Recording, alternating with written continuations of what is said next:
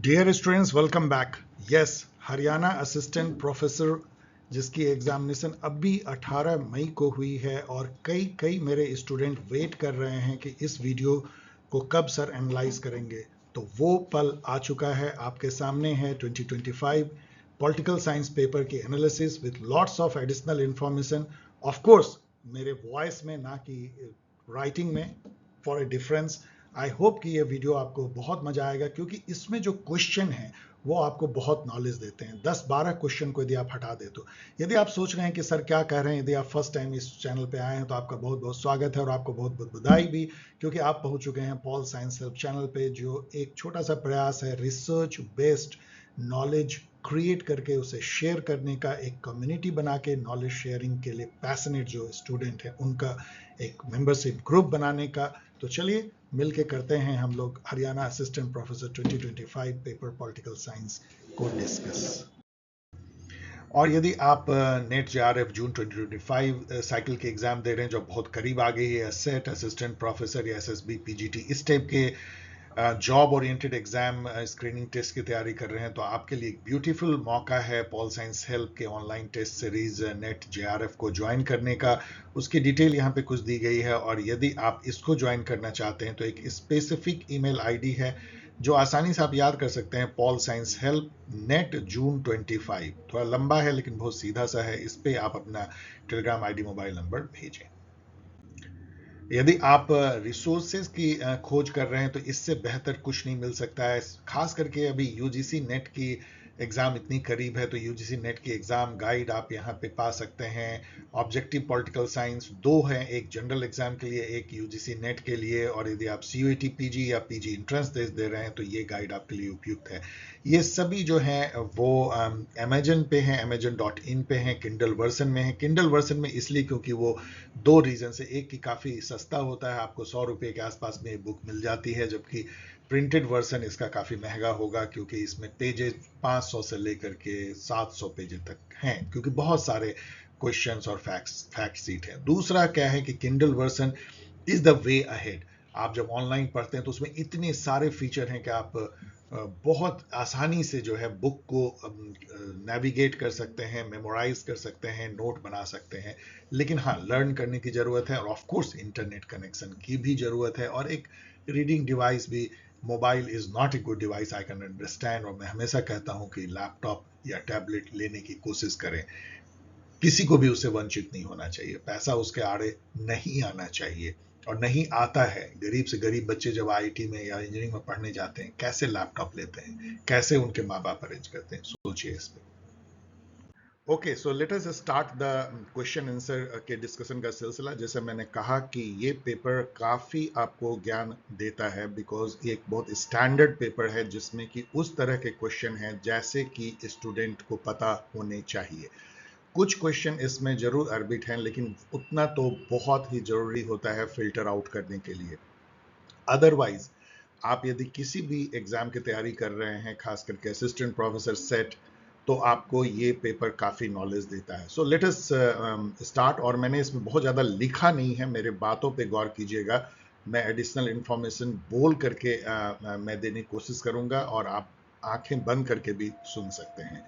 First question है जो different जो थॉट है, लाइक सेल्फ रेस्पेक्ट मूवमेंट, या जो मूवमेंट है, या जो जो जो फ्रेजेस हैं like father of nation and कुछ सत्याग्रह, रेडिकल ह्यूमनिज्म कॉन्सेप्ट है, वो किससे जुड़ा हुआ है। ये काफ़ी आसान क्वेश्चन हो सकता है। Self respect movement, we all know कि पेरियार जो ईवी रामास्वामी नायकर हैं, द्रविडियन मूवमेंट के एक पुरोधा कह सकते हैं, द बिग पर्सन, उनसे जुड़ा हुआ है सेल्फ रेस्पेक्ट मूवमेंट। तो ए का 3 यदि आप मैच करते हैं, इसी से आपका ये मैच हो जाता है। इससे आप समझ सकते हैं कि कितना आसान क्वेश्चन है। बी का 4 है तो आप देख सकते हैं father of the nation Gandhi. And C का 1 महान सत्याग्रह जो है अंबेडकर जी से जुड़ा हुआ है, और रेडिकल ह्यूमनिज्म एम.एन. रॉय से। तो ये क्वेश्चन काफ़ी आसान है बिकॉज एक ही से मैच हो जाता है। सेम वे यदि आप यहाँ आए सेकेंड क्वेश्चन में, तो सिंथेसिस ऑफ योगा जो है अरबिंदो के साथ जुड़ा हुआ है। ये उनकी एक बुक भी है। अभिनव भारत, वी ऑल नो कि सावरकर जी के साथ जुड़ा हुआ है। तो इन दो से देखते हैं कि ए का 2 और ए के 2 से 2 आपको होता है, ये 2 को आप खत्म कर सकते हैं।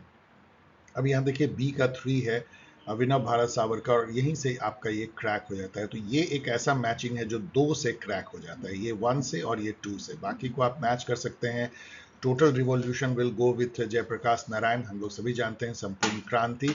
और नेहरू जी ने ऑटोबायोग्राफी अपनी लिखी है, तो an autobiography Nehru ji. Third question जो है ये मुझे लगता है कि आप चैलेंज कर सकते हैं। इसमें ये एजर्सन रीजन टाइप की क्वेश्चन है, और ये शांति पर्वा, फर्स्ट देखिए एजर्सन में पढ़ रहा हूँ, शांति पर्वा emphasises the importance of coercive power और फोर्स। शांति पर्वा जो है वन ऑफ द पर्व means one of the book है महाभारत का। महाभारत जो है वेद व्यास ने रचना की थी, और उसका कारण ये क्या देते हैं कि शांति पर्वा जो है क्यों फोर्स, बल और मतलब कोएर्सिव पावर, मतलब जो जो जो जो बल पूर्वक जो आपका ताकत होता है उसको वो इंपॉर्टेंस देते हैं। इसका कारण ये बताते हैं कि probably because of the growing force of disorder in post Mauryan times.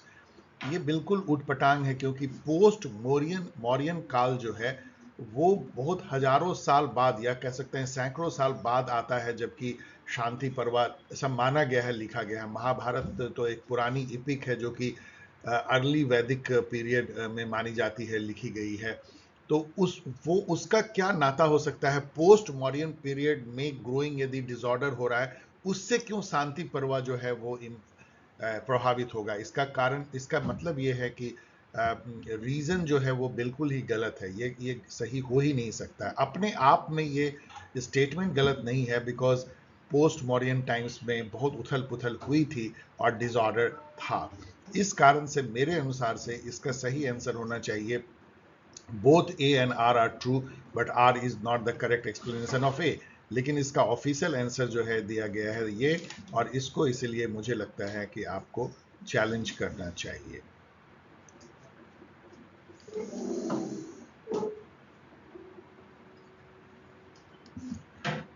So this is one. इसकी काफी सारे आपको जो है ये मिल जाएंगे, बहुत सारे आपको इसके जो मैं कह रहा हूं, मैंने कुछ यहां पे दिया भी है, लेकिन इंटरनेट पे आपको काफी सपोर्टिंग डॉक्यूमेंट मिल जाएंगे।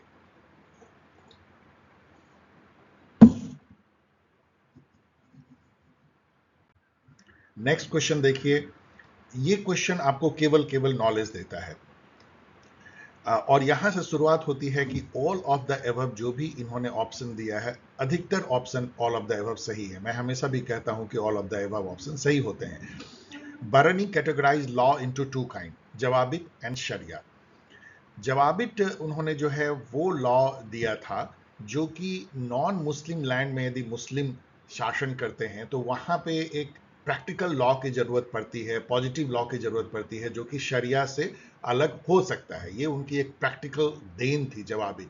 लेकिन उन्होंने जवाबित पे बहुत सारे बंदिश लगाए थे, जैसे कि जवाबित शुड नॉट निगेट शरिया, शरिया जो कुरान से निकलती है लॉ, उसको वो निगेट नहीं करना चाहिए।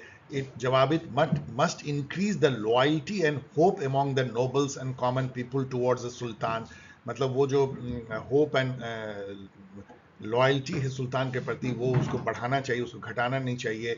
Its sources and inspiration should be the शरिया एंड पायस कैलिफ्स।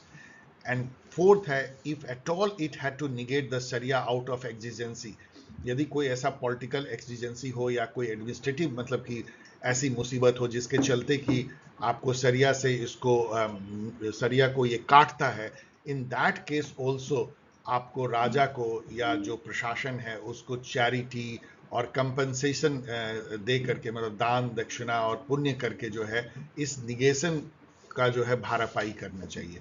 तो ये चारों बातें बिल्कुल सही हैं, और इसका answer all of the above है। इनफैक्ट मैंने जैसा कहा, ये पूरा नॉलेज देता है कि जवाबित पर उन्होंने क्या क्या कंडीशन लगाए थे, ये आपको इससे नॉलेज मिलता है।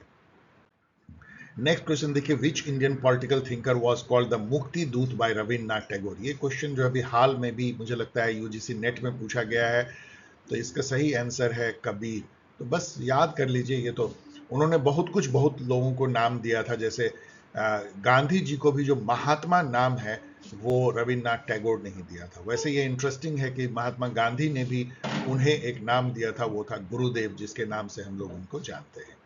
6 नंबर क्वेश्चन देखिए, the statement He is not a pond, he is a reservoir. He is not a pitcher or a jug, he is a veritable barrel. blah blah. मैं पढ़ नहीं रहा हूँ, ये पूरा बहुत लंबा सा है।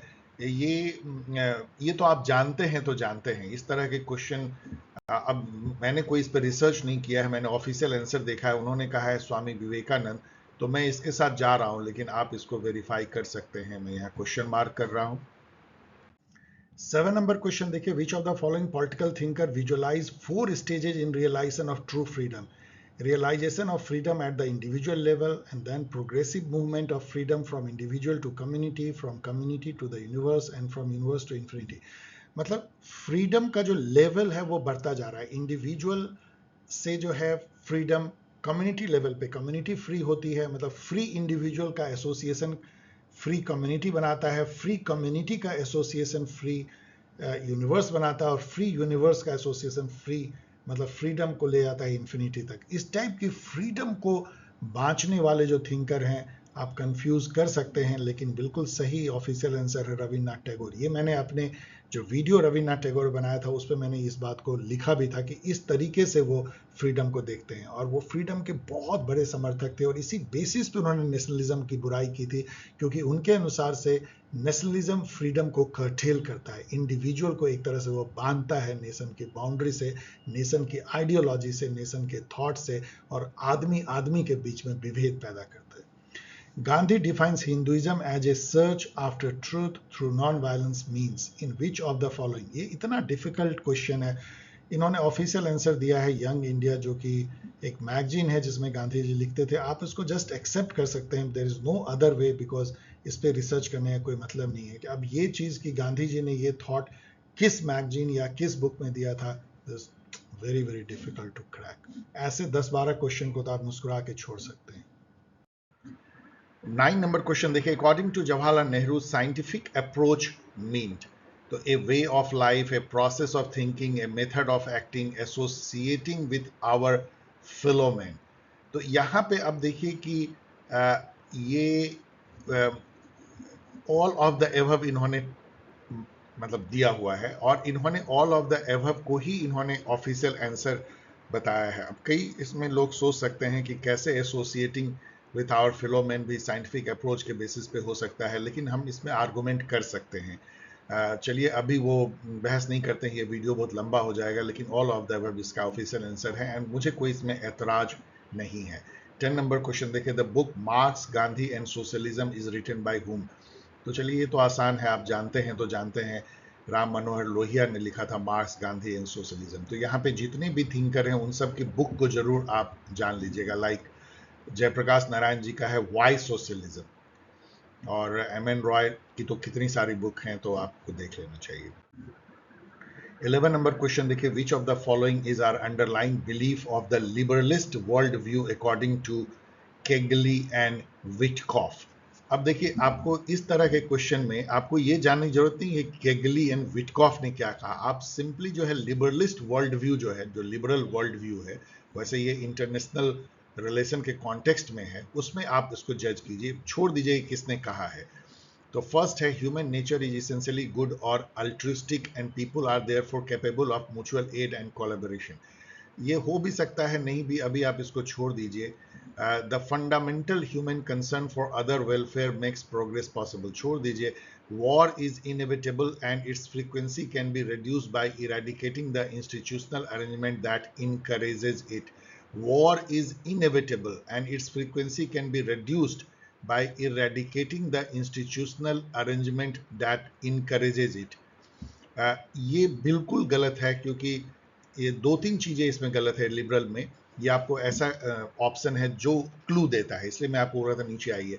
वॉर इज इनएविटेबल मतलब कि युद्ध जो है वो होना जरूरी है, अवश्यंभावी, यही लिबरल ऐसा नहीं मानते हैं। और ये भी कि इंस्टीट्यूशनल अरेंजमेंट को इरेडिकेट कर दें, ये सब बिल्कुल बेकार की बातें हैं। तो 3 को यदि हम काट दें, यहाँ पे 3 है, वो नहीं हो सकता है। इसका मतलब कि 1, 2 और 4 ये जो है पॉसिबल है। यहाँ देखिए 1, 2 है, 1 है, ये सब जो है आपस में मिलते जुलते हैं। यदि 1 है तो 2 भी होगा। और war is an international problem requiring collective और multilateral national efforts to control it. आपको पता है कलेक्टिव सिक्योरिटी। सो 1, 2, 4 के साथ जाना सबसे अच्छा है। This is the best option. 12 number question देखिए, which of the following are considered at chief proponent of post world war one liberalism in international relation. तो यहाँ पे यदि आप आए तो जिमर्न जो है, Alfred Zimmern, Norman Angell and Woodrow Wilson, ये तीनों जो हैं आइडियलिज्म या आप लिबरलिज्म के आफ्टर वर्ल्ड वॉर वन जो है मेजर थिंकर रहे हैं। थॉमस जेफरसन आपको पता है कि ये तो अमेरिका के चीफ आर्किटेक्ट हैं जो यूएसए बना है, तो उनको आप काफ़ी पहले के वो हैं, उनको आप छोड़ सकते हैं। 1, 2, 3 जो है दैट इज आफ्टर, क्योंकि ये तो 20th सेंचुरी में होना चाहिए, थॉमस जेफरसन उससे बहुत पहले के हैं, तो आप टाइमलाइन के बेसिस पे आप उनको निकाल सकते हैं बाहर। और ये तीनों थिंकर के बारे में जानना चाहिए, इनका बुक भी जान लीजिए, इनके थॉट भी जान लीजिए, लाइक वुड्रो विल्सन के 14 पॉइंट प्रिंसिपल जो है, एंड जिमर्न का द ग्रेट इल्यूजन है, आप चेक कर लीजिएगा, बहुत इंपॉर्टेंट तीनों थिंकर रहे हैं। या नॉर्मल एंगल का है, आप चेक कर लीजिएगा, द ग्रेट इल्यूजन बुक उसी टाइम में लिखी गई थी। Which of the following is are true about Chanakya's Arthashastra. तो चलिए देखते हैं। It enters the principle of statecraft सही है, it is the essence of material gain सही है, it is the science of polity सही है, Artha is nothing but science of polity, it talks at length about the institution of spy, जासूसी के बारे में बताया गया है, तो ऑल द एबव। मैंने जैसा कहा कि इसमें अधिकतर जो क्वेश्चन है ऑल ऑफ द एबव जो है वो सही है। Which one of the following is true about Kenneth Walsh, एक ही इसमें सही है। चलिए मैं पूरा नहीं पढ़ता हूँ। एनार्किकल सोसाइटी तो मुझे लगता है कि हैडले बुल की जो इंग्लिश स्कूल के जो एक बहुत बड़े थिंकर हैं उनकी बुक है ये, इसलिए वो गलत है। यहाँ पे देखिए वो नियो रियलिज्म के फादर माने जाते हैं। His neo realist argument maintains that the international system compels all state to take part in an unceasing struggle for politics for self help। तो ये बिल्कुल सही है, क्योंकि इनका बेसिक कॉन्सेप्शन क्या था नियो रियलिज्म में, कि नियो रियलिज्म जो है वो स्ट्रक्चरल प्रॉब्लम है, जो इंटरनेशनल स्टेट सिस्टम की ऐसी व्यवस्था है, ऐसे स्ट्रक्चर है कि वहाँ पे कोई सुपर पावर नहीं है, कोई सुपर गवर्नमेंट नहीं है, सभी स्टेट अपना अपना खुद सेल्फ हेल्प अपने सर्वाइवल के लिए करते हैं। ऐसे में जो है, और चूंकि सभी स्टेट की जो पावर और कैपेबिलिटी बहुत ज़्यादा वेरी करती है, इसके चलते ही इंटरनेशनल रिलेशन एक अजीब सी जो है लॉ ऑफ जंगल जैसा है, जो अभी दिख भी रहा है कि कैसे रसिया जो है वो यूक्रेन पे अटैक कर देता है, इजराइल जो है वो गजा पे, लेबनान पे अटैक कर देता है, और इंडिया और पाकिस्तान भी जब झगड़ते हैं तो मतलब एक तरह से वो एनार्की को ही शो करता है, बिकॉज कोई ऐसा सुपर पावर नहीं है। ऐसा दिखता है कि हाँ ट्रम्प बीच में आ जाते हैं, लेकिन वो बहुत ही एक इनफॉर्मल जैसी है कि कोई आकर के कहे कि मैं पीस मेकर बनना चाहता हूँ, कोई बन पाता नहीं है। मतलब एक्चुअल में जो है, यदि इंडिया और पाकिस्तान ना चाहें तो कोई भी बीच में आके उनके बीच में सुलह नहीं करवा सकता है। तो इस तरह की जो सिचुएशन है उसके चलते ही जो है इंटरनेशनल रिलेशन जो है वो एक माइट इज राइट वाली जो है जंगल राज या मत्स्य न्याय या war of all against all जैसा जो सिचुएशन जो हॉब्स ने कहा था वो दिखता है। Kenneth Walsh. In the 20th century, critical theory became most closely associated with a distinct body of thought, which is known as। तो ये तो बहुत आसान क्वेश्चन होना चाहिए, क्योंकि क्रिटिकल थ्योरी देखते ही आपको फ्रैंकफर्ट स्कूल, इसको याद कर लीजिए, क्रिटिकल थ्योरी फ्रैंकफर्ट स्कूल, और उसके जो थिंकर्स भी हैं लाइक एरिक फ्रॉम हैं, जुर्गन हैबरमास हैं, ये जो जो जो उनके जो हैकहॉइमर हैं, ये सब आपको जो है थिंकर, अधिकतर जो जर्मन थिंकर्स जो हैं वो फ्रैंकफर्ट स्कूल के वो क्रिटिकल थ्योरी के बहुत बड़े थिंकर्स हैं, तो ये पता होना चाहिए। विच of the following could be associated with literature on global ecology. अब यहाँ पे जो है इट्स ए, ये आपको बहुत ही आसान नहीं है इसको जानना कि इसमें से कौन है और कौन नहीं है, because all of the above भी आप सोच सकते हैं और इसमें से किसी को आप हटा भी सकते हैं। I am going with the all of the above. मैंने इसको कुछ मतलब 48 आवर पहले देखा था, तो हो सकता है मेरी मेमोरी से मैं बोल रहा हूँ, इसका ऑफिशियल आंसर भी ऑल ऑफ द एबव है। इसमें सभी जो हैं वो जुड़े हुए हैं। यहाँ वंदना शिवा दिखती हैं, जो कि इको फेमिनिज्म से जुड़े हुए हैं। वैसे मैं क्वेश्चन मार्क इसलिए कर रहा हूं कि आप इसको चेक कर लीजिएगा। Which of the following article of the UN Charter provides for composition of the Security Council? ये मैं मेमोरी से कह रहा हूँ, मुझे अब याद हो गया आर्टिकल 23, लेकिन आपको डिफरेंट आर्टिकल जो है क्या क्या किस यूएन के ऑर्गेनाइजेशन या किससे जुड़े हुए हैं ये आपको पता होना चाहिए। Which of the following 80 number question, which of the following is are true about World Trade Organization? तो ये भी आपको एक बहुत नॉलेज देता है। गैट जो है उसका नया अवतार है WTO। वैसे ये बात याद रखनी चाहिए कि गैट खत्म नहीं हो गई है, गैट अभी भी एग्जिस्ट करती है, लेकिन उसके न्यू अवतार के फॉर्म में WTO आ गया है। दोनों जिनेवा बेस्ड ऑर्गेनाइजेशन है और दोनों यूएन से जुड़े हुए ऑर्गेनाइजेशन है, ना कि ब्रेटन वुड कॉन्फ्रेंस से। मैं इसलिए ब्रेटन वुड कॉन्फ्रेंस का जिक्र कर रहा हूं कि ब्रेटन वुड कॉन्फ्रेंस से निकलती है IMF और वर्ल्ड बैंक। ये दोनों संस्था को ब्रेटन वुड संस्था कहते हैं, जबकि गैट जो है वो उससे पहले ही यूएन के द्वारा जो है वो गठित की गई थी और वही 1995 तक जो है चलती रही। दुनिया में जो ट्रेड एंड टैरिफ की जो डिस्कशन होती थी, बाद में वो कन्वर्ट हो गई WTO के रूप में 1 जनवरी 1995 से। तो ये सही है, आप इसको टिक कर सकते हैं। It is a forum for resolving intra western economic difference. अब ये चीज कि it is a forum for resolving intra western economic difference, मैं इससे एग्री नहीं करता। इंट्रा वेस्टर्न मतलब कि केवल जो वेस्टर्न इकोनॉमिक जो कंट्री हैं वेस्टर्न वर्ल्ड के, उनके बीच का वो रिजॉल्व करता है, ऐसा नहीं है। पूरे दुनिया में ट्रेड जो डिस्प्यूट होता है उसको रिजॉल्व करता है। तो 2 को मैं नहीं मानता, और 2 को यदि आप नहीं मानते हैं तो ऑल ऑफ द एबव भी नहीं हो सकता, और केवल 1, तो चलिए 1 तो सही है। It is a framework for regulating trade, ये भी सही है। इसका मतलब कोई भी आंसर इसमें सही नहीं है। मेरे अनुसार से ये इनवैलिड क्वेश्चन हो जाता है, इसको भी आप चैलेंज कर सकते हैं। इनवैलिड, सॉरी इसमें लिखने में इनवैलिड क्वेश्चन है मेरे अनुसार से, क्योंकि इसमें अब ये देखना पड़ेगा कि चाइना कब एडमिट हुआ है, ये मुझे याद नहीं है।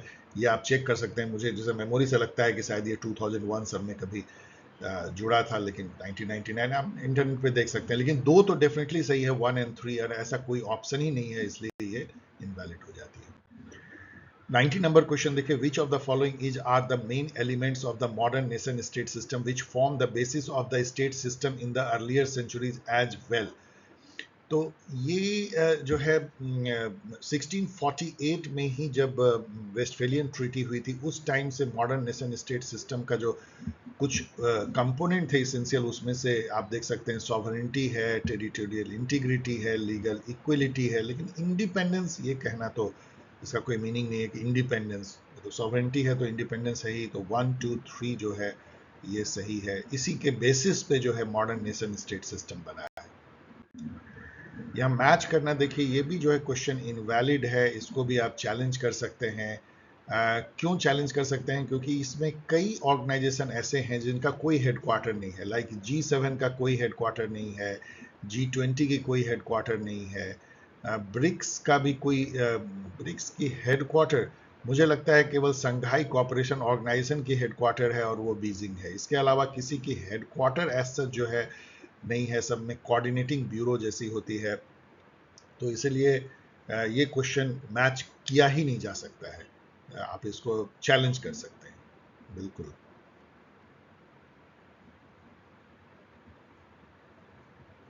ओके, 21 नंबर देखिए, modern Madison Square garden event marks a new era in diaspora connectivity endeavor in India. The event took place in which of the following year?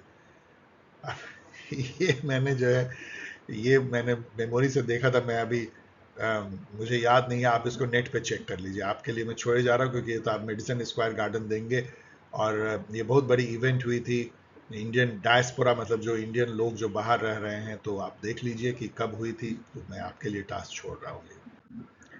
22 देखिए, during which of the following events was the government of India launching Vande Bharat mission which brought back A number of Indians. ये important है। Vande Bharat mission India ने जो है Covid जब हुई थी उसके बाद से डिफरेंट जगह जो इंडियन फंस गए थे, क्योंकि ट्रेवल बैन बहुत जगह हो गई थी, तो अपने कंट्रीमैन को वापस लाने की कवायद थी। 23 देखिए, land boundary agreement was signed with Bangladesh in which of the following year.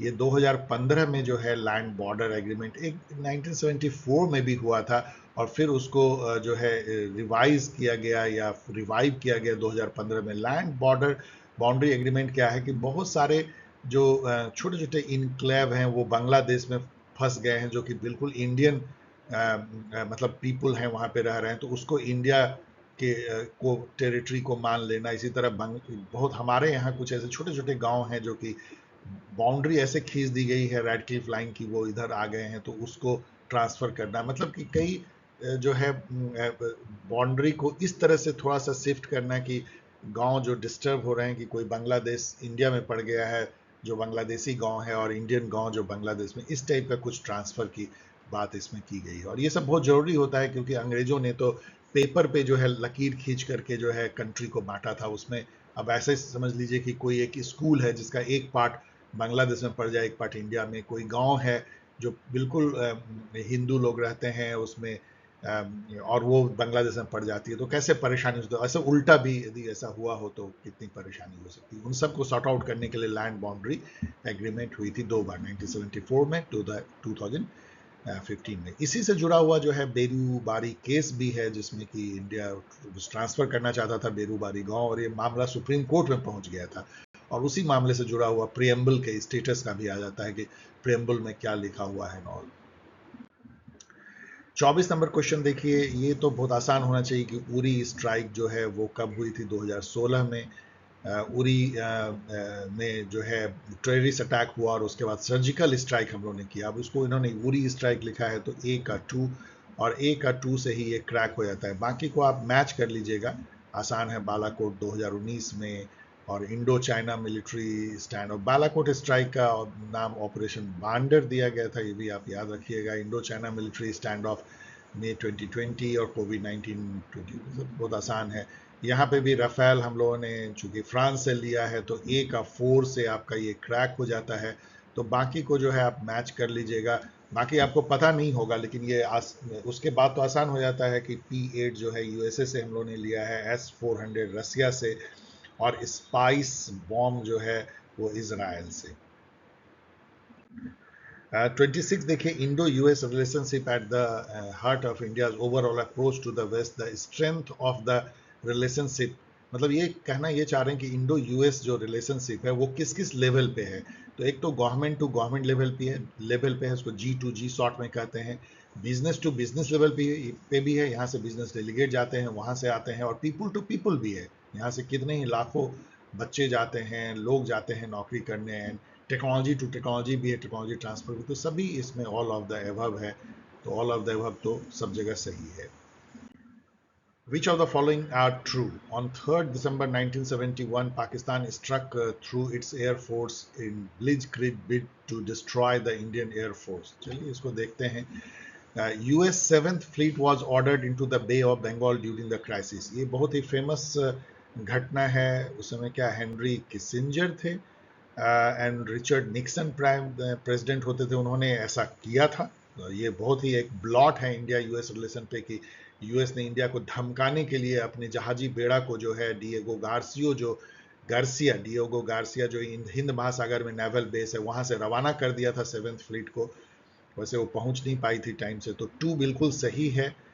तो 2 जिसमें भी है वो सही होगा। Combined operation of the Indian army and Mukti Bahini Bangladesh resistance force led to the collapse of Pakistani army in East Pakistan, ये बात बिल्कुल सही है। तो 2 और 3 तो बिल्कुल सही है।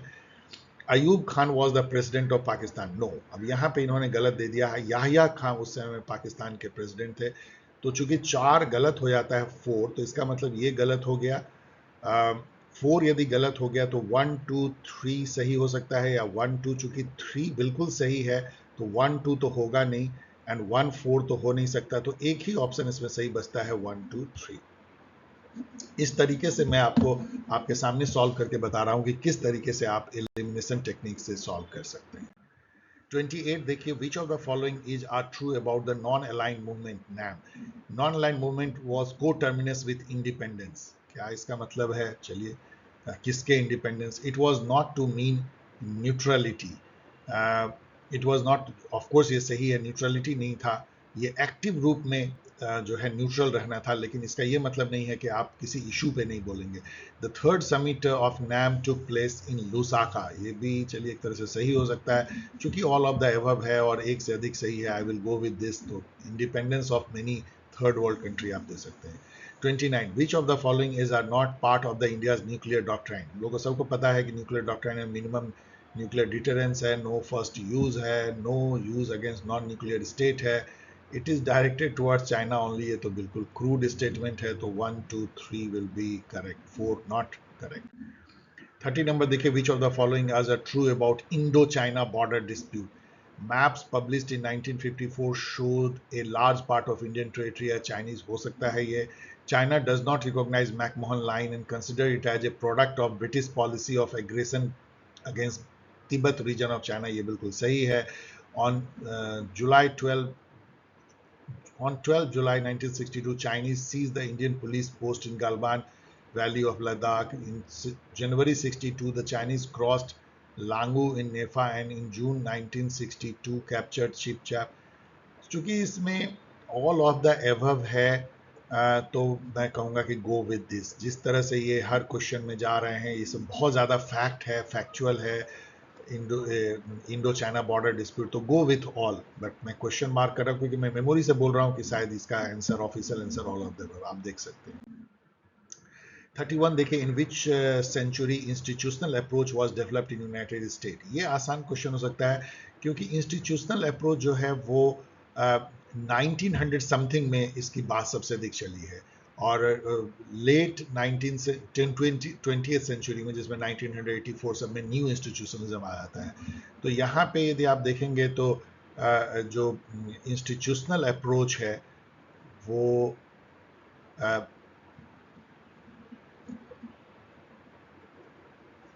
अब यहाँ पे कंफ्यूज आप ये हो सकते हैं कि क्या 20th सेंचुरी कहें या 19th सेंचुरी। अब 19th सेंचुरी का मतलब होता है कि 1800 से लेके 1899 तक, और 20th सेंचुरी का मतलब होता है 1900 से लेके 1999 तक। तो इंस्टीट्यूशनल अप्रोच, मेरे अनुसार से इंस्टीट्यूशनल अप्रोच 20th सेंचुरी में जाएगा, और यही इसका ऑफिशियल आंसर है। लेकिन फिर भी चूंकि मैं मेमोरी से बोल रहा हूँ, मैंने एक दिन पहले देखा है, आप इसको मैच कर लीजिएगा। Because most of the institutional approach जो है वो 18th सेंचुरी में, तो 18th सेंचुरी में आई डोंट थिंक कि, सॉरी 19th सेंचुरी में, I will go with 20th century, क्योंकि 19th सेंचुरी में डेवलप हुआ है, ये कहना बहुत डिफिकल्ट है कि 1800 समथिंग में इंस्टीट्यूशनल अप्रोच लाया गया है। मोस्ट ऑफ द थिंकर उसके जो है वो 1900 के हैं, लेकिन फिर भी इसको चेक कर लीजिए। 32 देखिए, the civic culture, political attitude and democracy in 5 nation जो है वो आलमंड भरवा ने किस साल लिखा है। ये तो ठीक है, आप मेमोरी बेस्ड है, हम लोग सबको याद रहता है 1963। ये बेहद इम्पॉर्टेंट बुक, जिसमें कि उन्होंने पॉलिटिकल कल्चर का 5 कंट्री में इंपेरिकल बेसिस पे एनालिसिस किया था, और उससे निकाला था 3 टाइप के आइडियल टाइप पॉलिटिकल कल्चर। वो भी आपको पता होना चाहिए, parochial political culture, subject political culture और पार्टिसिपेंट पॉलिटिकल कल्चर। जो 5 कंट्री में, जो जिन्होंने 5 नेशन में इन्होंने जो इंपेरिकल स्टडी किया था, वो भी स्टूडेंट याद रखते हैं। और शायद ये यूएस है, यूके है, मैक्सिको है, जर्मनी है और इटली है, चेक कर लीजिएगा। 33 political culture is defined as the commonly shared goal and commonly accepted rule by whom। अब ये क्वेश्चन तो बिल्कुल अर्बिट है, और इसका इन्होंने आंसर दिया है मैक्रिडिस। मैक्रिडिस बहुत ही बड़े क्रिटिक थिंकर रहे हैं इंस्टीट्यूशनल, सॉरी कंपैरेटिव पॉलिटिक्स के, तो हो भी सकता है, लेकिन मैं क्वेश्चन मार्क कर रहा हूँ, आप चेक कर लीजिए। वैसे ऑफिशियल आंसर यही है, who of the following is not the scholar of new institutionalism. तो इसमें जो है इन्होंने जो ऑफिशियल आंसर दिया है, मुझे लगता है सही है, वॉल्टर बैगहॉट। यहाँ पे स्पेलिंग उन्होंने गलत दिया है, बैगहॉट जो है, इनका जो है ब्रिटिश कॉन्स्टिट्यूशन, ये जरूर आप बुक को याद रखिएगा। ही वॉज ए इकोनॉमिस्ट भी थे ये, इन्होंने बहुत सारी थ्योरी भी स्टॉक मार्केट का दिया है, सेंट्रल बैंकिंग की दी है, इसके अलावा वो पॉलिटिकल थिंकर भी कहला सकते हैं। कॉन्स्टिट्यूशन और उसके वर्किंग पर भी उन्होंने काफ़ी लिखा है। तो ये न्यू इंस्टीट्यूशनिज्म के लिए नहीं जाने जाते हैं। वैसे तो मुझे नहीं लगता कि थेड़ा स्कोपोल भी न्यू इंस्टीट्यूशनिज्म के लिए जानी जाती हैं, लेकिन फिर भी ये तो बिल्कुल नहीं जाने जाते हैं, तो आप इसको अलग कर सकते हैं। Peter Evans and John Stephens यहाँ पे दिखते हैं, जो कि बहुत अननोन थिंकर हैं न्यू इंस्टीट्यूशनलिज्म के। न्यू इंस्टीट्यूशनलिज्म को 1984 में डेवलप होता है, उसके लिए मार्क्स एंड ऑल्सन ये जाने जाते हैं, डगलस नॉर्थ जाने जाते हैं और कई और थिंकर, लेकिन ये सब थिंकर बहुत छिपे हुए हैं, तो आपको नेट पे पढ़ लेना चाहिए। 35 देखिए, who says the root of constitutionalism lay in liberalism, rationalism, individualism, capitalism and imperialism. अब ये इन्होंने जो आंसर दिया है वो उतना ही अरबिट है जितना कि ये क्वेश्चन है, और इन्होंने दिया है फेडरिक। अब इन्होंने पूरा नाम भी नहीं दिया है, मैं इसके लिए क्वेश्चन मार्क कर रहा हूँ। आपको रिसर्च करके जान लेना चाहिए कि ये कौन फेडरिक हैं, लेकिन ये जो इन्होंने बात कही है वो सोचने लायक है कि कॉन्स्टिट्यूशनलिज्म का मतलब होता है कि कॉन्स्टिट्यूशन पे बेस्ड आधारित गवर्नेंस या कॉन्स्टिट्यूशन पे आधारित गवर्नमेंट सिस्टम, जो कि जिसको लिबरल डेमोक्रेसी में क्रक्स माना जाता है। जो जितने लिबरल डेमोक्रेसी हैं वो कॉन्स्टिट्यूशनलिज्म को फॉलो करते हैं। जो सुप्रीम एक्ट होती है किसी कंट्री की, उसी कॉन्स्टिट्यूशन से सरकार भी बंधी होती है और जनता भी। तो उसकी जो पिलर हैं वो हैं liberalism, of course, rationalism, of course कि रैशनल वे में लोग चीज़ों को सोचना है, ना कि ट्रेडिशनल वे में या पुरातन पंथी वे में। इंडिविजुअलिज्म पे आधारित है, ये भी सही है, क्योंकि स्टेट और इंडिविजुअल को बराबर का हक मिलता है कॉन्स्टिट्यूशनलिज्म में। कैपिटलिज्म पे व्यवस्था है, क्योंकि वहाँ भी इंडिविजुअलिज्म है। और इंपेरियलिज्म एक बहुत ही निगेटिव वर्ड है, उस पर कॉन्स्टिट्यूशनलिज्म बेस है। ये कहना तो पता नहीं क्या कहना चाहते हैं ये। Who among the following are the modernization scholar? ये क्वेश्चन बहुत अच्छा है, क्योंकि रॉल प्रेबिस जो हैं ये डिपेंडेंसी थ्योरी के फादर माने जाते हैं। तो डेवलपमेंट अप्रोच मॉडर्नाइजेशन स्कॉलर तो हो नहीं सकते, वो उसको सीधा काटते हैं। रोस्टोव हैं, तो ये नहीं हुआ। Pye and Lucian Pye and David Apter, ये बिल्कुल दोनों जो है मॉडर्नाइजेशन के थिंकर हैं। यहाँ डब्ल्यू रोस्टोव और एंडर गुंडर फ्रैंक दिखते हैं। एंडर गुंडर फ्रैंक जो है ये हो नहीं सकते हैं, क्योंकि ये डिपेंडेंसी थ्योरिस्ट हैं, तो इसलिए एक ही इसमें बनता है, Lucian Pye and David Apter. P P Ray was a German sociologist, British, French, Italian. तो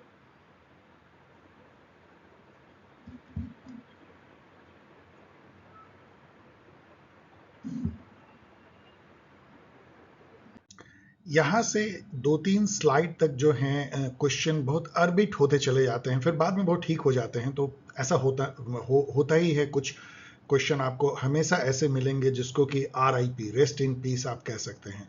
Who said group is an organized aggregate and an interest group is an interest aggregate? अब आप ये जानते हैं तो जानते हैं। वैसे आर्थर बेंटले जो हैं, he is known for first time जो ग्रुप थ्योरी को देने वाले जो है आर्थर बेंटले थे, लेकिन ये इसका सही आंसर नहीं है। डेविड ट्रूमैन भी जो है ग्रुप थ्योरी पे काम करते हैं। अर्ल लैथम भी इसका आंसर नहीं है। इन्होंने जो आंसर दिया है वो है हैरोल्ड लैसवेल एंड अब्राहम कैपलान। यहाँ पे आपको पता है कि लैसवेल जो हैं वो फादर ऑफ पॉलिसी साइंस हैं, और वो ये भी लिखते हैं politics, who gets what, when and how. तो बस आप जान लीजिए। वैसे मैं इस पे आपको और रिसर्च करने कह सकता हूँ, यदि आपके पास समय हो तो। ये ऑफिशियल आंसर मैं दे रहा हूँ विदाउट एनी वेरिफिकेशन। नेक्स्ट देखिए, who wrote the book history of the French social movement from 1789 to the present 1850। और अगेन एक बहुत ही अरबिट, इसका आंसर भी अरबिट है, लॉरेंज वॉन स्टेन। ना तो इसके बारे में आप ज़्यादा जानते होंगे, ना इस बुक के बारे में, बस जानते हैं तो जानते हैं। Who wrote the book theory of collective behaviour? अब ये बुक के जो ऑथर हैं उसको भी आप डेफिनेटली नहीं जानते होंगे, नील स्मेल्सार। तो बस इससे अधिक मैं कुछ नहीं बोलूंगा कि ये सब वो अरबिट क्वेश्चन के सीरीज हैं जिसको कि आपको मुस्कुरा के आगे बढ़ जाना है। The term false democracy was coined by. अब इसका आंसर ये देते हैं ओवेंस, और क्या ओवेंस, कौन इसका फर्स्ट नेम है ये भी नहीं। आपको इस पे थोड़ी रिसर्च करनी चाहिए, because this term is very beautiful, false democracy. Which Owens has said this, why he said this, or why he coined this, for what kind of democracy he coined this, ये आपको थोड़ा पढ़ना चाहिए। The drafting committee of the Indian Constitution submitted the draft constitution on which date? अब इसका official answer है February 2, 1948। और ये इतना डिफिकल्ट है, अभी भी मैं मेमोरी से बोल रहा हूँ। आई होप कि I have seen correctly. On which river bank the congressman took the oath of Purna Swaraj on 26 January 1930? अब ये क्वेश्चन ऐसे स्टूडेंट याद रखते हैं कि ये लाहौर में पूर्ण स्वराज जो है कांग्रेस की लाहौर अधिवेशन में ये शपथ लिया गया था, और लाहौर जो है वो रावी नदी के किनारे है, तो इसलिए रावी नदी के किनारे ही लिया गया होगा। तो इस तरीके से आप इसको याद रख सकते हैं।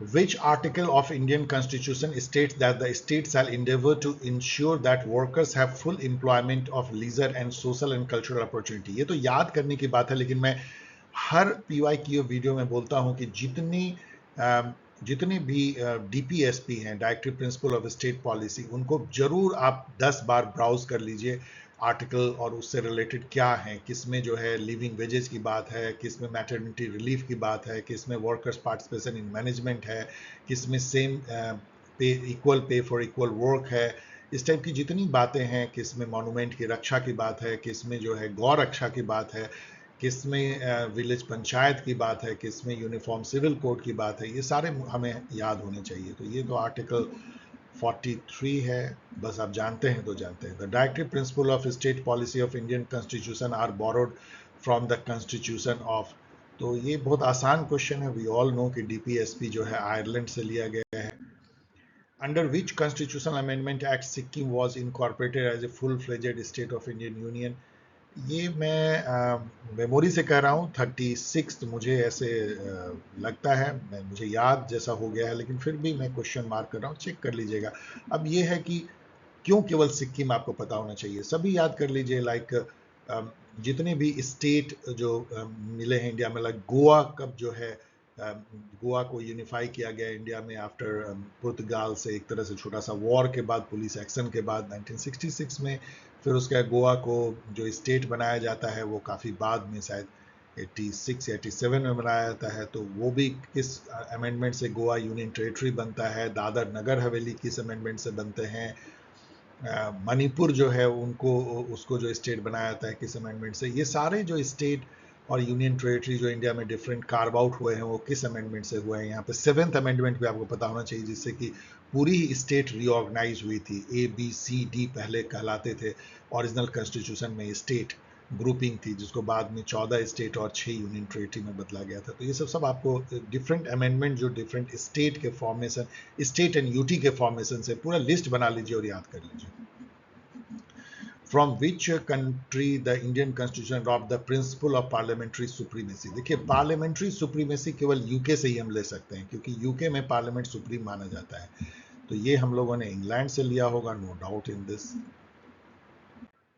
Which of the following article was not in the original draft of the constitution? ये क्वेश्चन आसान इसलिए है क्योंकि यहाँ आर्टिकल 51 की बात ये करते हैं, और आर्टिकल 51 जो है फंडामेंटल ड्यूटी को इंसर्ट किया गया था 42nd अमेंडमेंट से, तो डेफिनेटली ये जो है ओरिजिनल कॉन्स्टिट्यूशन में नहीं था। इसका मतलब बाकी सब ओरिजिनल कॉन्स्टिट्यूशन में होंगे। In which year the 7th amendment act was pass? जैसा मैंने कहा कि 7th अमेंडमेंट जो है वो स्टेट रीऑर्गेनाइजेशन कमीशन SRC बनी थी, उसके रिकमेंडेशन पे स्टेट को रीऑर्गेनाइज किया गया था। उसी को इम्प्लीमेंट करने के लिए, उसको रियलाइज करने के लिए, उस कमीशन के रिकमेंडेशन को जो 14 स्टेट और 6 यूनियन टेरिटरी जो है 7th अमेंडमेंट एक्ट पास किया गया था 1956 में। 51 the regional election commissioner is appointed by, इस तरह के कोई भी अथॉरिटी जो सीनियर फंक्शनरी हैं गवर्नमेंट ऑफ इंडिया के, वो सभी प्रेसिडेंट के द्वारा अपॉइंट होते हैं। एज ए फॉर्मूला जो है आप आसानी से इस तरह के क्वेश्चन को सॉल्व कर सकते हैं। बाय प्रेसिडेंट, चाहे प्राइम मिनिस्टर हो, चाहे कोई भी हो, कुछ ही अथॉरिटी हैं जो कि प्रेसिडेंट अपॉइंट नहीं करते हैं। जैसे स्पीकर को प्रेसिडेंट कोई अपॉइंट नहीं करते हैं, स्पीकर खुद चुने जाते हैं लोकसभा के मेंबर के द्वारा।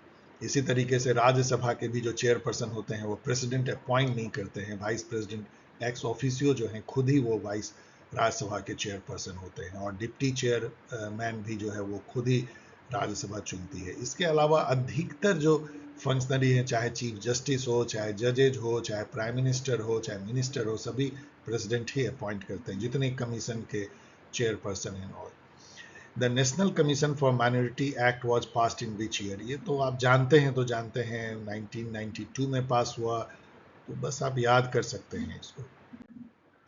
Who of the following is responsible for drawing up a list of scheduled caste and scheduled tribe? Article 341 या 342 दोनों देख लीजिएगा। ये अधिकार प्रेसिडेंट को दिया गया है कि वो हर स्टेट में एक लिस्ट को नोटिफाई करे जो उस स्टेट के लिए schedule caste and schedule tribe जो है डेजिग्नेट किए जाएंगे for reservation purpose and all other purpose. Part 9 जो है इंडियन कॉन्स्टिट्यूशन में वो पंचायती राज व्यवस्था से रिलेटेड है और इसमें 243 आर्टिकल जो ग्राम सभा से रिलेटेड है उससे उसकी कॉन्स्टिट्यूशन से और पंचायती राज से रिलेटेड है। तो ये पूछ रहे हैं कि पार्ट 9 जो है वो लोकल सेल्फ गवर्नमेंट किस लेवल का है, तो ये रूरल एरियाज के लिए याद रखिए। और पार्ट 9A जो है वो अर्बन एरिया के लिए है और पार्ट 9B जो है वो कोऑपरेटिव्स के लिए है। तो पार्ट 9 फिर से मैं बोल रहा हूं, Panchayati Raj institution 73rd amendment, part 9A 74th amendment municipalities and part 9B 97th amendment cooperative societies. 55 which article of the Indian Constitution makes provision for finance commission for local government? तो अब ये भी जो है जस्ट आपको पता है तो पता है, मैं मेमोरी से बोल रहा हूँ 243I, तो ये सबको याद कर लीजिए। आई जो है वो फाइनेंस कमीशन से है, के मुझे लगता है वो स्टेट इलेक्शन कमीशन से रिलेटेड है। तो इस टाइप की जो है जितने भी आर्टिकल जो 243 के हैं ABCDEFGH ये सबको याद कर लीजिए। मैं यहाँ क्वेश्चन मार्क कर रहा हूँ क्योंकि मैं मेमोरी से बोल रहा हूँ। R.N. Dev was the first non-Indian national Congress chief minister of which of the following state? ये मैंने गेस किया और वो सही निकला क्योंकि R.N. देव यूपी के जो non Indian national Congress chief minister हम लोग को याद रहता है, बिहार में भी जो है ये नहीं थे, तो पंजाब में तो हो नहीं सकते, उस तरह के नेम से ही आप समझ सकते हैं। तो उड़ीसा के, और उड़ीसा के ही ये first non Indian national Congress, मतलब कि उस समय तो कांग्रेस सिस्टम थी, कांग्रेस के ही सभी चीफ मिनिस्टर बनते थे, तो फर्स्ट नॉन कांग्रेस लीडर थे ये उड़ीसा के chief minister. How many members were elected by voters in the first Lok Sabha election? अब ये बहुत ही डिफिकल्ट क्वेश्चन है, मुझे तो बिल्कुल याद नहीं था कि ये 489 मेंबर्स को चुना था। ये भी मैं मेमोरी से बोल रहा हूँ, इसका ऑफिशियल आंसर देख के बोल रहा हूँ, आप इसको क्वेश्चन मार्क में कर रहा हूँ। मतलब इसमें क्योंकि बाद में जो है 500 to 525 और 525 to 545 बढ़ाए गए लोकसभा के मेंबर। जो फर्स्ट इलेक्शन हुई थी 1951-52 में, उसमें 489 मेंबर को ही चुना गया था। Which one of the following statement is not correct? तो यहाँ पे देखिए वर्ना और जाति के बारे में लिखा गया है, वर्ना में be all India in character, ये बिल्कुल सही है। जो ब्राह्मण क्षत्रिय वैश्य शूद्र ये तो पूरे ऑल इंडिया कैरेक्टर है, वैदिक व्यवस्था पर ये बेस्ड है। लेकिन जाति जो है वो तो हजारों हो गई है और हर जाति अपने को इस 4 वर्ण में कहीं ना कहीं फिट करने की कोशिश करती है। जाति has a geographical and linguistic limitation, तो ठीक है, जाति मतलब एक ज्योग्राफिकल और रीजनल फिनोमेना बन गई है। तो नॉट करेक्ट तो नहीं होगा, ये भी करेक्ट है। Jati not only provides the person his social identity and security but also defines his duty and responsibility, ये भी सही है। Indian caste system is based on jati, no, Indian caste system is based on varna. जाति तो Indian caste system को ही कहते हैं, तो डी जो है ये गलत हो सकता है। 59 देखिए, द स्टेट रिऑर्गेनाइजेशन कमीशन, इस पे तीसरी बार हम लोग बात कर रहे हैं। ये 1953 में गठित हुई थी। इसको फैजल अली कमेटी इसलिए कहते हैं क्योंकि फैजल अली ही इसे, फजल अली इसके चेयरपर्सन थे। इसमें मिस्टर पनिकर और कुंजरू ये दो इनके और मेंबर थे। तो ये पूछ रहे हैं कौन इसको हेड कर रहा है, ये तो आपको याद हो जाना चाहिए मेरी तरफ, फजल अली। कुंजरू यहाँ दिखते हैं, ये भी इसके मेंबर थे। 60 देखिए, in which year the all India women's conference was form? अब मैं मेमोरी से कह रहा हूँ कि शायद ये 1927 में फॉर्म हुआ था, तो चूंकि मैं मेमोरी से बोल रहा हूँ तो मैं क्वेश्चन मार्क कर रहा हूँ इस पर। विच of the following state is not under the 6th schedule? 6th schedule में जो स्टेट है आपको सबको पता होना चाहिए, असम, मेघालय, त्रिपुरा एंड चौथा स्टेट कौन सा है? मिजोरम, शायद चेक कर लीजिए। Arunachal Pradesh 6th schedule state में नहीं आता है।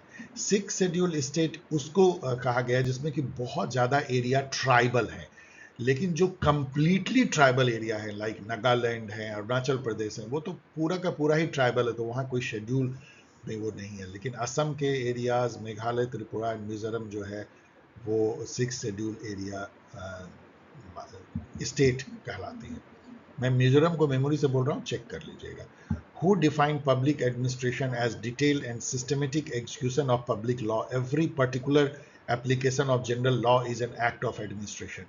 तो ये तो आपको याद होना चाहिए, जैसे मुझे याद हो गया कि वुड्रो विल्सन ने ये डेफिनेशन दिया था। तो यहाँ से जो है पब्लिक एडमिनिस्ट्रेशन के जो फेमस डेफिनेशंस हैं, और not only public administration but administration का भी, आप एक बात को ध्यान रखिए कि administration is bit different from public administration. Administration private का भी हो सकता है ऑर्गेनाइजेशन में, प्राइवेट ऑर्गेनाइजेशन के भी और पब्लिक ऑर्गेनाइजेशन के भी। Public administration is specifically public organization के एडमिनिस्ट्रेशन को कहते हैं।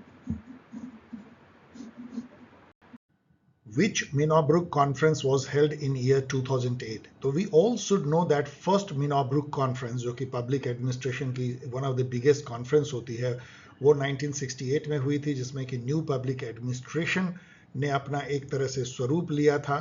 ड्वाइट वाल्डो और फ्रैंक मैरिनी उसके आर्किटेक्ट थे उस फर्स्ट मिनोब्रुक कॉन्फ्रेंस के।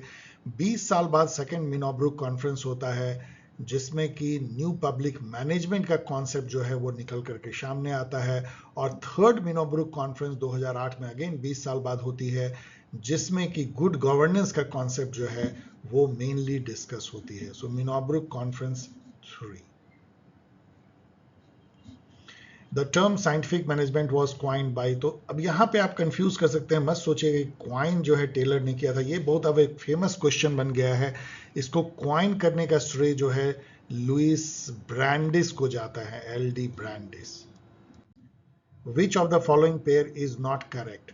तो यहाँ पे तो आप ये सबको याद कर सकते हैं कि onward industry, Muni and relay, जिन्होंने ऑर्गेनाइजेशन थ्योरी पे बहुत काम किया, उन्होंने दिया है। जनरल एंड इंडस्ट्रियल एडमिनिस्ट्रेशन 1916 में फायोल ने दिया। मैनेजमेंट एंड मोरल रॉयथल्स बर्गर ने दिया है, जिन्होंने कि काम भी किया था, मुझे लगता है रॉयथल्स बर्गर ने मिल्टन मायो के साथ काम किया था, चेक कर लीजिएगा। बट अब्राहम मैस्लो ने ये बुक नहीं लिखा है, लीडरशिप मैन एंड फंक्शन। तो यहाँ पे आगे आप देखेंगे कि उन्होंने क्या बुक लिखा है, वो चलिए देखेंगे। तो ये एक अननोन ऑथर ने लिखा है, मैंने इसको पढ़ने की कोशिश की, कोई खास इसमें मिला नहीं इन्फॉर्मेशन की लीडरशिप मैन एंड फंक्शन किस फेमस ऑथर ने लिखा है, लेकिन ये मैस्लो ने नहीं लिखा है, जो कि who is known for the hierarchy of need theory. 66 देखिए, who of the following is the author of the book work and motivation? Work and motivation जो बुक है वो विक्टर ब्रूम की है। Victor Vroom is known for his expectancy theory, जिसमें कि ये उन्होंने कहा कि जो मोटिवेशन है वो इस बिलीफ पे टिका होता है कि यदि हम कुछ करेंगे तो हमें कुछ डिजायर्ड परफॉर्मेंस एंड उसका आउटकम मिलेगा। तो जैसे मान लीजिए कि आप CUET PG के लिए बहुत मेहनत करते हैं, या UGC नेट एग्जाम के लिए बहुत मेहनत करते हैं, तो इस आशा के साथ करते हैं कि यदि हम मेहनत करेंगे तो हमें रिजल्ट अच्छा आएगा। That is called expectancy theory. Expect करने के चलते जो आप में मोटिवेशन पैदा होता है। So Victor Vroom is known for that and he wrote the work and motivation. अब यहाँ पे अब्राहम मैस्लो आते हैं, जो मैं बोल रहा था। इन्होंने बुक लिखी है ए थ्योरी ऑफ ह्यूमन मोटिवेशन, जिसमें उन्होंने हायरार्की ऑफ नीड थ्योरी दिया है। यहाँ डगलस मैकग्रेगर नजर आते हैं, तो अभी ही जान लीजिए। The human side of enterprise नाम की बुक इन्होंने लिखी है, जिसमें उन्होंने थ्योरी X और थ्योरी Y दिया था। और क्रिस अर्गैरिस दिखते हैं and organizational learning and many other books के लिए जो है अर्गैरिस जाने जाते हैं, खास करके लर्निंग, ऑर्गेनाइजेशनल लर्निंग के लिए। Theory X and theory Y is related to which of the following scholar? अभी मैं आपको बता रहा था, और ये इसमें आगे मैं आपको बता दूं, ये तो डगलस मैकग्रेगर की थ्योरी है। थ्योरी X वो ऐसे वर्कर को आइडेंटिफाई करते हैं, X टाइप ऑफ वर्कर, जिनको कि पुश चाहिए होता है, जिनको क्लोज सुपरविजन चाहिए होता है, जिसको आप क्रूड हिंदी में कह सकते हैं कि दे आर लाइक ठेला गाड़ी, मतलब उनको आप ठेलेंगे तो वो काम करेंगे। एंड इसके अपोजिट जो है वो Y टाइप ऑफ पर्सनैलिटी होते हैं, जो सेल्फ मोटिवेटेड होते हैं, सेल्फ ड्रिवन होते हैं, और उनको आप यदि क्लोज सुपरवाइज करेंगे तो उनका परफॉर्मेंस और डाउन हो जाएगा। So theory X and theory Y is related to Douglas McGregor. Human side of enterprise. What is the full form of ASPA? तो ASPA यदि आप थोड़ा भी पब्लिक एडमिनिस्ट्रेशन के बारे में यदि आप पढ़ेंगे ऑर्गेनाइजेशनल, तो आपको American society of public administration के बारे में पता होगा, ASPA। Who is the father of comparative public administration. तो कंपैरेटिव पब्लिक एडमिनिस्ट्रेशन के फादर जो है फ्रेडरिक्स माने जाते हैं, जो अमेरिका में CGA comparative public administration group जो है उसके 10 साल तक जो है वो चेयरपर्सन रहे थे।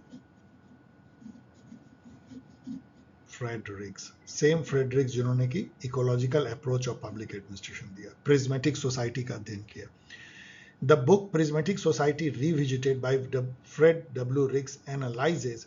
तो प्रिज्मेटिक सोसाइटी मतलब डेवलपिंग सोसाइटी, ना कि डेवलप ना ही अंडर डेवलप। ये डेवलपिंग सोसाइटी में जो एडमिनिस्ट्रेशन की जो यूनिक कैरेक्टरिस्टिक है, क्योंकि वहाँ पे एक अजीब सी सिचुएशन है, फ्रेडरिक्स कहते हैं वो समाज अभी ट्रेडिशनल से मॉडर्न की तरफ जा रहा है, ना पूरी तरह ट्रेडिशनल है ना पूरी तरह मॉडर्न है। तो एक खिचड़ी टाइप की जो है व्यवस्था है, जहाँ पे कि बड़े बड़े मोटे मोटे किताबों में रूल बुक लिखी रहती है, लेकिन जो पब्लिक एडमिनिस्ट्रेटर होते हैं वो समाज के जो नॉर्म हैं, जो व्यवस्था है, जो ट्रेडिशन है, उसके अनुसार से ट्रेडिशनली बिहेव करते नजर आते हैं और बातें रूल की करती हैं। उसको उस भारत को भी आप उस श्रेणी में वो उन्होंने रखा था, developing country. Formalism, what I am talking about. In which year the concept governance was for the first time highlighted in World Bank document on Sub-Saharan Africa। ये आपको काफी सारे इंफॉर्मेशन देता है। यदि आप केवल ये जोड़ लें कि वर्ल्ड बैंक ने किस साल गवर्नेंस का कॉन्सेप्ट दिया था, तो बहुत सारे इंफॉर्मेशन पूरे हो जाते हैं। ये आपको कहता है कि वर्ल्ड बैंक की एक डॉक्यूमेंट थी, डेवलपमेंट पेज, सब सहारन अफ्रीका में, उसमें गवर्नेंस का कॉन्सेप्ट फर्स्ट टाइम जो है आया। गवर्नेंस भी और गुड गवर्नेंस भी, ये 1992 में ये पब्लिश हुई थी। अब यहाँ पे आपको गवर्नेंस जो टर्म है उसका मीनिंग एंड कनोटेशन भी थोड़ा समझ लेना चाहिए। Governance is different from government. World bank इसको डिफाइन करती है, गवर्नेंस वो डिसीजनल स्टाइल है जिससे कोई नेशन अपने रिसोर्सेज के बारे में डिसीजन लेता है और उसको इम्प्लीमेंट करता है। वो किस तरीके से करता है, कौन लोग उस डिसीजन में शामिल होते हैं और किस तरीके से वो डिसीजन लिया जाता है, क्या ऑथोरिटेटिव वे में लिया जाता है, कंसल्टेटिव वे में लिया जाता है, पार्टिसिपेटिव वे में लिया जाता है, कोलैबोरेटिव वे में लिया जाता है, और कैसे उस डिसीजन को इम्प्लीमेंट किया जाता है, ये सब गवर्नेंस का पार्ट है। Government is one of the main player in governance, but it is not the sole player. इस बात को समझना चाहिए। Governance include civil society members, general public, non-governmental organization and all.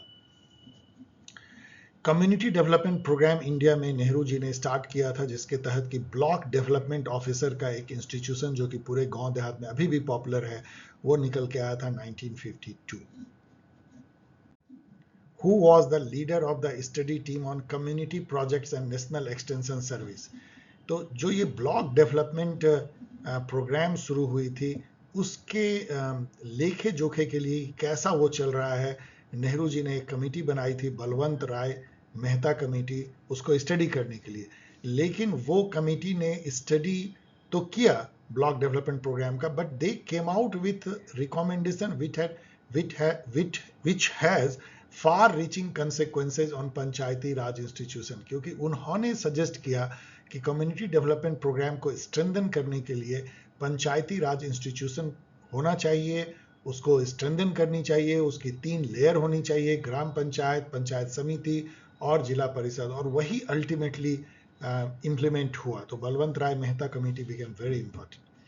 74 देखिए, which of the following state is the first to pass the Lokayukta act in India, establishing the Lokayukta institution 1971। ये सभी student जो exam देते हैं रट लेते हैं कि Maharashtra is the first state to pass the Lokayukta act. Which of the following country first introduced right to information act for children, her citizen, not children, her citizen। तो ऐसे में जब भी कंफ्यूजन हो कि राइट टू इंफॉर्मेशन हो, चाहे ombudsman हो, चाहे और बहुत अच्छी अच्छी बातें हो, आप कंफ्यूज यदि हैं तो आप स्वीडन का जरूर आप गेस कर सकते हैं। Sweden is the right correct answer. First time right to information जो इंडिया में 2005 में लागू हुई है, मुझे लगता है कि 1800 समथिंग में ही वहां पे आ गई थी, या 1900 समथिंग। अंडर हुज लीडरशिप मजदूर किसान Shakti Sangathan MKSS initiated right to information movement in Rajasthan, तो वो लीडर थी अरुणा रॉय, जिसके लिए शायद इन्हें मैग्सेसे अवार्ड इन्हें भी मिलता है। अरविंद केजरीवाल बाद में इनको ज्वाइन करते हैं और दोनों मिल करके दिल्ली में आरटीआई मूवमेंट को लीड करते हैं, but the main leader was Aruna Roy, जिन्होंने की MKSS के बैनर तले राजस्थान में इसकी शुरुआत की थी। 77 देखिए, which of the following pair is correct? Citizen charter is based on government to government relationship, no. Government to people, government to citizen, तो ये बेटर इसका आंसर है गवर्नमेंट टू सिटीजन। सिटीजन को ये हक है कि वो गवर्नमेंट और गवर्नमेंट की एजेंसी, इवन प्राइवेट सेक्टर जो गवर्नमेंट के द्वारा सपोर्टेड होते हैं, उनसे जान पाए कि उनका अधिकार क्या है। That is called citizen charter as far as service is concern, service delivery is concern. यहाँ पे आपको फुल फॉर्म इस कैप का पूछा जा रहा है। ESCAP is a very important United Nation organization, ये एक रीजनल ऑर्गेनाइजेशन है एशिया पैसिफिक रीजन के लिए, आप यहाँ पढ़ सकते हैं, यहाँ पे मैंने दिया है। It is the regional hub of the United Nation for the Asia Pacific region, promoting cooperation among its member states to achieve inclusive and sustainable economic and social development. तो इसका जो फुल फॉर्म होगा वो होगा economic and social commission for Asia Pacific. इसको आप United nation, इसमें prefix भी कर सकते हैं, United nation economic and social commission for Asia Pacific. The National Program for Nutritional Support to Primary Education, introduced on August 15, 1995, provided. आप ये guess कर सकते हैं कि न्यूट्रिशनल सपोर्ट यदि प्राइमरी एजुकेशन में होगा तो इन सब में सबसे इंपॉर्टेंट कौन सा है? Of course mid day meal, और इसीलिए ये मिड डे मील ही इसका सही जवाब है। ये आप गेस कर सकते हैं। साइलेंट स्प्रिंग नाम की बुक किसने लिखी है? ये एक घिसा पिटा क्वेश्चन है। Silent spring the Garrett Hardin की द कलेक्टिव इशू जो उन्होंने ट्रेजेडी ऑफ कॉमन्स नाम के बुक से लिखी है, या क्लब ऑफ रोम की जो लिमिट टू ग्रोथ है, ये सब बहुत ही फेमस इन्वायरमेंटल इशू या इकोलॉजिकल इशू पे बुक है, जिन्होंने कि इकोलॉजिकल इशू को मेन स्ट्रीम डिस्कोर्स में लाया। तो इसीलिए ये सब बहुत ही फेमस इंफॉर्मेशन है। साइलेंट स्प्रिंग लिखने वाली जो है रैचल कार्सन है, और साइलेंट स्प्रिंग में वो लिखती हैं एक पर्टिकुलर किस जगह के, अफ्रीका या लैटिन अमेरिका कहीं की, वो एक बहुत ही फेमस जो धारा बहती है और कैसे वो पेस्टिसाइड से जो है वो इतनी दूषित होती है कि वो सूख जाती है, उस पर उन्होंने लिखा है जो harmful effect of pesticide on water bodies. Who of the following gives currency to the idea of complex equality? तो घुमा फिरा के पूछा है, मतलब ये है कि कॉम्प्लेक्स इक्वलिटी का कॉन्सेप्ट किसने दिया है? ये famous liberal communitarian thinker Michael Walzer की कॉन्सेप्चुलाइजेशन है, idea of complex equality. Basically complex equality में माइकल वॉल्जर ये कहते हैं कि समाज में इक्वलिटी का मतलब ये नहीं होता है कि सबको बराबर एक ही पैमाने पे कोई चीज़ बांट दिया जाए, रुपये हो, चाहे एजुकेशन हो, चाहे प्रेस्टीज हो, चाहे अदर प्राइमरी सोशल गुड हो। उनका कहना है कि समाज में जो डिफरेंट प्राइमरी सोशल गुड हैं उनको डिफरेंट क्राइटेरिया पे डिफरेंट समूह में अलग अलग तरीके से यदि बांटा जाए तो शायद समाज में ज़्यादा एका लाया जा सकता है, इक्वलिटी लाई जा सकती है। Utopianism is a style of political theorizing that develops a critique of the existing order by constructing a model of an ideal of perfect alternative. In this context, utopians जैसे मूर जैसे या रॉबर्ट ओवन्स के जैसे, Charles Fourier के जैसे, Saint Simone के जैसे, मतलब जो एक ऐसा यूटोपिक वर्ल्ड देखते हैं जिसमें कि सब शांति है, कोई लड़ नहीं रहा है, जैसे कि कबीर की प्रेम नगर है, उस टाइप की। So abolition of fear and want, absence of conflict, avoidance of violence and operation, ऐसा मतलब कि एक यूटोपिक, एक अच्छा सा खूबसूरत सा मॉडल ऑफ ह्यूमन अरेंजमेंट। तो ऑल ऑफ द अबव इसमें अधिकतर सही है। Which of the following are related to plebiscitary democracy? Plebiscitarian का लिए प्लेबिसाइटरी डेमोक्रेसी। प्लेबिसाइट मतलब होती है एक तरह का रिफरेंडम, जैसे कि पाकिस्तान और इंडिया में जो एक इशू है वो प्लेबिसाइट को भी लेके है। पाकिस्तान कहता है कि कश्मीर में प्लेबिसाइट होना चाहिए था, मतलब प्लेबिसाइट का मतलब क्या होती है? रेफरेंडम। तो रेफरेंडम इंडिया ऑफ कोर्स उसको नकारता है और सही नकारता है, क्योंकि वहाँ की सिचुएशन जैसी बदल गई है, प्लेबिसाइट का तो कोई मतलब ही नहीं है। लेकिन मैं आपको ये बताने के लिए कह रहा हूँ कि प्लेबिसाइट का मतलब क्या होता है। मतलब ये है कि कहीं की किसी भी इशू पे जनता से आप सीधे वोट मांगे और उनको कहे कि क्या आप ये चाहते हो, इस शासक को चाहते हो, इस टाइप की व्यवस्था चाहते हो, ये चाहते हो, वो चाहते हो, यस या नो में। मतलब कोई बहुत ज्यादा जनता को कहने का उसमें अवसर नहीं होता है, यस नो में ही कहती है, उसको प्लेबिसाइट कहते हैं, रेफरेंडम भी कह सकते हो। तो ऐसे डेमोक्रेसी को क्या कहेंगे जो प्लेबिसिटरी डेमोक्रेसी हो। ये कोई बहुत अच्छी टर्म नहीं है, इसको क्वाइन किया था पॉलिटिकल थ्योरिस्ट J.L. टालमन ने। और J.L. टालमन ने जब इसको क्वाइन किया था तो उन्होंने, उनका जो कन्नोटेशन था वो निगेटिव था। उनका ये था कि ये एक तरह का जो है टोटलिटेरियन डेमोक्रेसी है, क्योंकि जनता को केवल मौका मिलता है कि परवेज मुशर्रफ अच्छे हैं, हाँ हैं, नहीं हैं, जियाउल हक अच्छे हैं, और इसी प्लेबिसाइट के बहाने से जो है डिक्टेटर राज करते हैं। पाकिस्तान में राज किया प्लेबिसाइट करा के, और वो डिक्लेयर करेंगे कि 88% जनता ने कहा यस कि जियाउल हक अच्छे हैं। जनता के पास क्या ऑप्शन है, यदि जियाउल हक नहीं तो कौन। और उनको डर भी लगता है कि यदि जियाउल हक के अगेंस्ट में देंगे तो कोई घर से उठा के ले जाएगा। तो टोटलिटेरियन डेमोक्रेसी को दर्शाता है। डायरेक्ट डेमोक्रेसी तो है, क्योंकि डायरेक्टली जनता से पूछा जाता है। It allows the public to express their views on political issue directly, ये भी सही है। Political leaders manipulate the masses through oratory and appeal to their prejudice and passion, ये जो हमेशा होता है, इसीलिए टोटलिटेरियन डेमोक्रेसी है। तो ऑल ऑफ द अबव ही इसका सही आंसर ठीक है। अब यहाँ पे जो मैच करना है, माइकल ऑक्सेट एक बहुत ही फेमस कंजर्वेटिव थिंकर रहे हैं, और उनकी जो कुछ बुक है यहाँ पे दी गई है। इस क्वेश्चन के बहाने आपको आगे के एग्जाम के लिए इनकी बुक को याद हो जाना चाहिए। इसमें जो है डिफ़िकल्ट ये है कि कुछ चीज़ें इसमें मैच नहीं करती है। जैसे ऑन ह्यूमन कंडक्ट जो है 1975 की इनकी बुक है, तो इसमें सी का 3 तो 2 है, तो ये दोनों तो कट गई। अब यहाँ पे experience and it's models modes, experience and it's modes जो है ये 1933 की बुक है, इससे आप इसको क्रैक कर सकते हैं। बाकी बुक को भी मैच कर लीजिएगा। Which of the following thinker has written the book in defense of politics? Again एक अर्बिट क्वेश्चन, और इसके लिखने वाले हैं बर्नार्ड क्रिक। बर्नार्ड क्रिक के बारे में पढ़ लीजिएगा कि what kind of thinker he was in defense of politics. Despite differences amongst socialist political thinkers, we shall locate the common feature in terms, मतलब सोशलिज्म या सोशलिस्ट पॉलिटिकल थॉट के जो है इसमें से कॉमन क्या है। N optimistic view of human nature, ये भी सही है, क्योंकि उसमें ये माना जाता है कि लोग कोऑपरेट कर सकते हैं, एक दूसरे के साथ भाईचारे से कमराडरी के साथ रह सकते हैं, कोऑपरेशन तो है ही इनबिल्ट। फ्रीडम का पॉजिटिव व्यू लिया जाता है, मतलब फ्रीडम वो जो आपकी कैपेबिलिटी को, आपकी चॉइसेस को बढ़ाता है, ना कि इंटरफेरेंस को केवल रोकना फ्रीडम है। एंड इक्वलिटी तो कोर है सोशलिज्म या सोशलिस्ट थॉट का, इसलिए all of the above will be correct. The famous work Vindication of Rights of Women we all know is by Mary Wollstonecraft. इस पे तो कितनी बार हम लोगों ने चर्चा किया है, यदि आप मेरे साथ बने हुए हैं तो।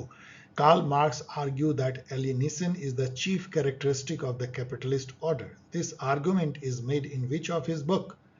तो ये बुक जिसमें कि उन्होंने एलिनेशन को सबसे पहले और सबसे मुखर रूप में एक तरह से एक्सप्लेन किया था, वो है the economic and philosophical manuscript of 1844.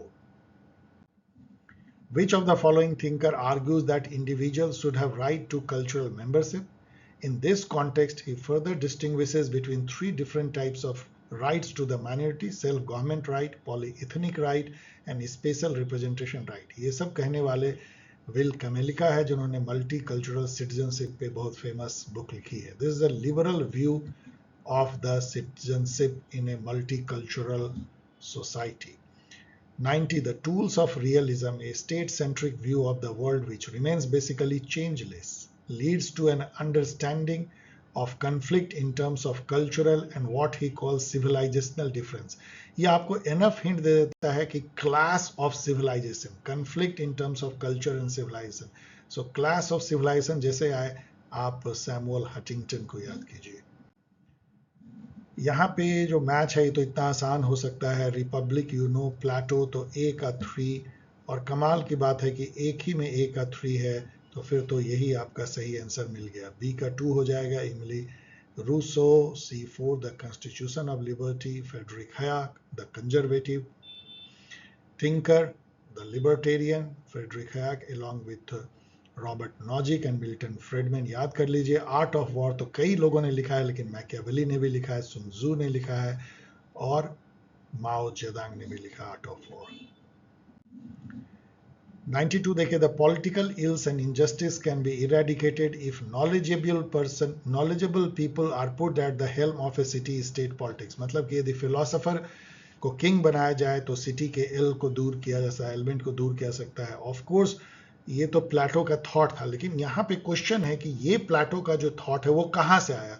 तो इसमें यदि आप देखेंगे तो सीसरो प्लेटो के बाद आते हैं, थॉमस एक्विना बाद में आते हैं, एरिस्टोटल बाद में आते हैं, तो एक ही पहले आया। तो यदि आपसे पहले कोई आया है तभी तो उसके थॉट को आप ले सकते हो, इसलिए by default the answer is Socrates. Aristotle's tendency to stay close to the tradition of his society is often presented as a mark of, यदि आप सोसाइटल ट्रेडिशन से आप नहीं हटते हो, जैसे कि एरिस्टोटल ने स्लेवरी तक को एक्सेप्ट कर लिया, इसका मतलब आप रियलिस्ट हो, मतलब जो है उसको एक्सेप्ट करते हो, और कंजर्वेटिव भी हो कि समाज के जो हजारों साल के रूल है उसको आप तोड़ने में बिलीव नहीं करते हो। So both 1 and 2, he was a realist and conservative। According to Hobbes felicity का क्या मायने होता है? फेलिसिटी का मतलब होता है pleasure. Given below are the two, और एक बात और जान लीजिए कि हॉब्स ने तो फेलिसिटी को प्लेजर ग्रुप में कहा, और यही कहा, इसलिए ये हेडोनिज्म से भी जोड़ा जाता है, इसलिए साइकोलॉजिकल हेडोनिज्म, और इसलिए यूटिलिटेरियनिज्म से भी हॉब्स को जोड़ा जाता है। मतलब हॉब्स का ये कहना था कि हम जो कुछ भी करते हैं वो खुश होने के लिए करते हैं, खुश होने के लिए ही जो है मनुष्य आपस में compete करता है और अपने पावर का इस्तेमाल करता है। लेकिन मैं आपको जो बताना चाहता हूं, इसको और बहुत आगे बेंथम ने बढ़ाया, उन्होंने फेलिसिफिक कैलकुलेटर बना डाला, मतलब हैप्पीनेस कैलकुलेटर यूटिलिटेरियनिज्म के बेसिस पे। यहाँ पे देखिए, एडजर्सन है for Locke the state of nature is a state of peace. Of course fragile peace, लेकिन यस ट्रू है। And human beings, reason है, human beings are rational creature capable of discovering moral truth and obeying them। Of course यही वो कहते हैं कि human rational हैं, उनमें God या nature के द्वारा दिया हुआ sense of reason है, जिससे वो moral truth, law of nature को पहचान करके वो किसी तरह peacefully रह सकते हैं। So A is the best answer, both A and R are true and R is the correct explanation of A। 96 देखिए, which is true about the Rousseau's man's nature? It was a state of war, never, it was a state of peace, individual lived peacefully, yes। वो कहते हैं Nobel savage के जैसा वो रहते थे, जो अपने में वो खोया रहता है, सेल्फ लव, अमर दा सोई, और उसमें वो, ये फ्रेंच टर्म है अमर दा सोई, मतलब कि अपने में खोया, सेल्फ लव।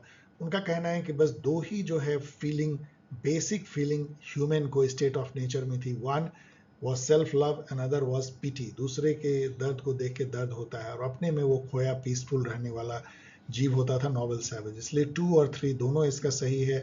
इसका जो ऑफिशियल आंसर है वो ओनली 3 है मेरे अनुसार से, ये इनवैलिड है, इसको आपको चैलेंज करना चाहिए। For Bentham, utilitarianism not only describe how human beings act so as to maximize pleasure and minimize pain, but it also prescribed or advocated such action in the light of above statement। Utilitarianism is a normative theory, descriptive theory, both of the above। इसका official answer दिया है both of the above। कुछ मेरे student ने इस पे सवाल उठाया कि ये डिस्क्रिप्टिव थ्योरी कैसे हो सकता है।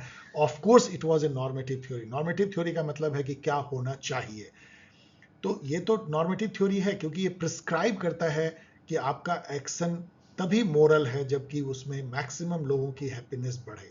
तो ये प्रिस्क्रिप्टिव थ्योरी तो है, नॉर्मेटिव थ्योरी है, लेकिन क्या डिस्क्रिप्टिव भी है, इस पे विवाद हो सकता है, लेकिन जब इन्होंने बोथ दे दिया है तो I will go with both. Descriptive यहाँ खुद ही ये एक्सप्लेन कर रहा है कि utilitarianism describe how human being should act so as to maximise the happiness.